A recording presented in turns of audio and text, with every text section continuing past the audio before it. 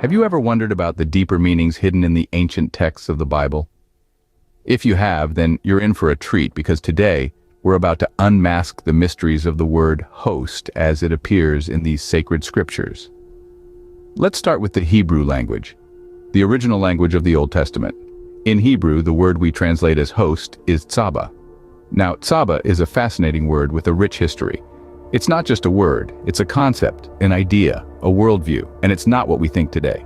Back in the day, in 4004 BC, Tsaba had only one meaning: an army assembled, trained for battle, and led by a commander. The commander was none other than the Lord of Hosts. Now let's shift gears a bit and delve into the book of Isaiah, chapter 6, verse 8. Here, God asks, "Who shall I send to help us?" The intriguing part is that God is speaking to the Lord of Hosts, implying that there are hosts to whom God is conversing. But who are these hosts? Where are they? And when is this happening? It's a thought worth pondering, isn't it? And here's the kicker. What if each of us, before our conception, were part of this host, this divine army? What if we were created to be sent into a spiritual battle reflected on earth, much like Isaiah? Could this change the way we understand our identity, the way we see ourselves and each other? This is an unavoidable question, and the implications of it are profound, to say the least. To fully grasp the weight of this question, we must travel back in time to when the word host first appears in our Bibles. We must study it not from our modern perspective, but from the context of that time, the understanding of the Sumerians, Akkadians, Chaldeans, or Habiru. Could it be that we were part of this host before our conception, destined for a spiritual battle on earth? Let's dive deeper into this intriguing concept. To begin our exploration, we must go back in time to around 4004 BC, when the word host first appears in our Bibles. The word host, as we know it today, is pronounced Tsaba in Hebrew. This term makes its debut in Genesis chapter 2, verse 1, a point in the narrative that immediately follows the conclusion of the creation story. This timing is no coincidence. It is a calculated placement that carries a significant weight. The verse reads, "Thus the heavens and the earth were finished, and all the host of them." The phrase "and all the host of them" is intriguing. Why does it appear right after the creation story? Could it be a reference to the created beings, the inhabitants of the heavens and the earth? Or does it signify something else altogether, something deeper and more profound? To understand the implications of Tsaba, we must consider the context of the ancient times and the cultures that thrived during this period. The scholars of today often refer to these cultures as Sumerians, Akkadians, Chaldeans, or Habiru. These people had their unique interpretations and understandings of the world, which could have influenced the meaning of Tsaba.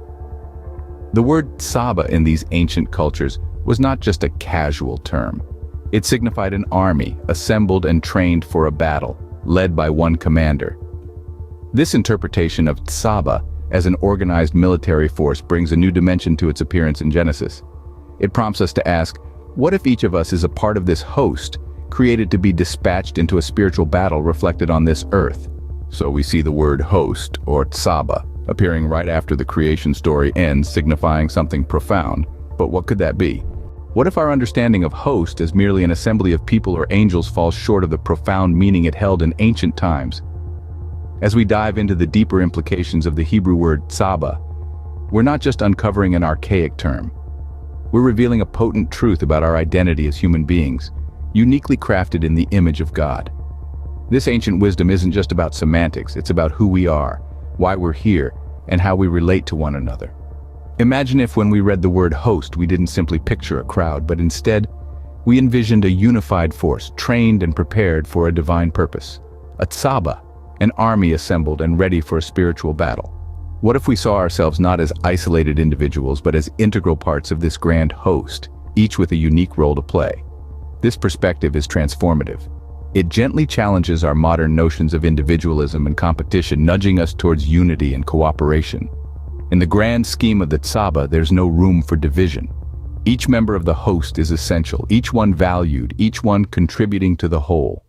And isn't that an echo of the divine image we're created in? After all, the God we see in the Bible is a God of unity and harmony, a God who brings together diverse elements to create something beautiful and good.